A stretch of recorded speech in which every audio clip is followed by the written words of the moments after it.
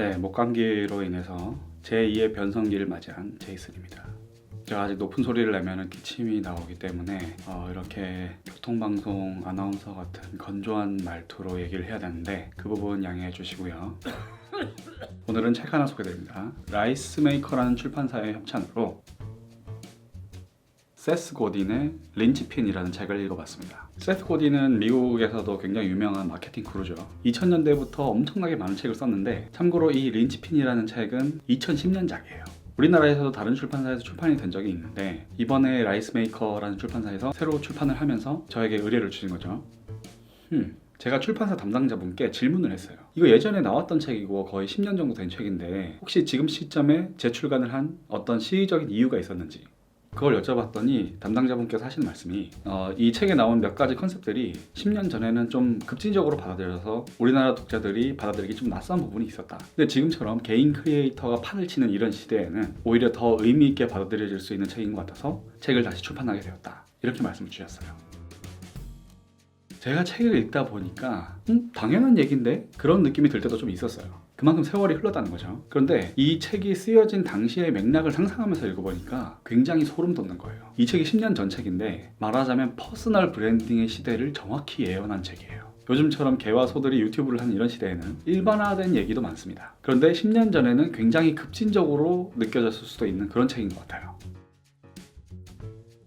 일단 린치핀이 뭐냐면 옛날에 마차나 수레 같은 그런 나무 바퀴에 축이랑 휠을 연결시키고 나서 빠지지 않게 잡아주는 아주 작은 핀이 있어요. 그게 린치핀인데, 이 책에서는 그 린치핀처럼 하나의 개인이 사회에 꼭 필요한 존재가 되려면 어떤 식으로 살아야 되는지 그런 방향성에 대한 지침을 주고 있어요. 그리고 린치핀의 대척점에서 말하자면 빌런 같은 거죠. 톱니바퀴와 도마뱀 뇌라는 컨셉을 또 제시하고 있어요. 톱니바퀴는 시스템 속에서 순응하고 변하려고 하지 않는 타성을 얘기를 하고, 도마뱀뇌는 아믹딜라라고 하는데 우리 뇌에 있는 편도체죠. 이 뇌의 편도체를 통해서 원시적이고 본능적으로 사실은 필요한 일이지만 위험하다고 생각돼서 회피를 하는 경향, 그런 본능적인 방어 기제를 얘기해요. 참고로 이 도마뱀 뇌에 대한 설명을 듣다 보면은 데니얼 카너만의 생각에 관한 생각이라는 책 있잖아요. 거기에서 이야기하는 시스템 1에 해당되는 그런 것과도 유사한 개념인 것 같아요. 그래서 책의 전반부에서는 이 린치핀이 되는 과정을 방해하는 톱니바퀴라든지 도마뱀뇌 이런 요소들을 굉장히 급진적으로 까고 있습니다. 아우, 이 아저씨도 헤어스타일처럼 거침이 없더라고요. 우리나라에서는 조직생활 잘하던 사람들을 괜히 헛바람 들게 해서 사지로 내몰려고 한다, 약간 이런 부정적인 피드백도 생길 수 있었을 것 같아요.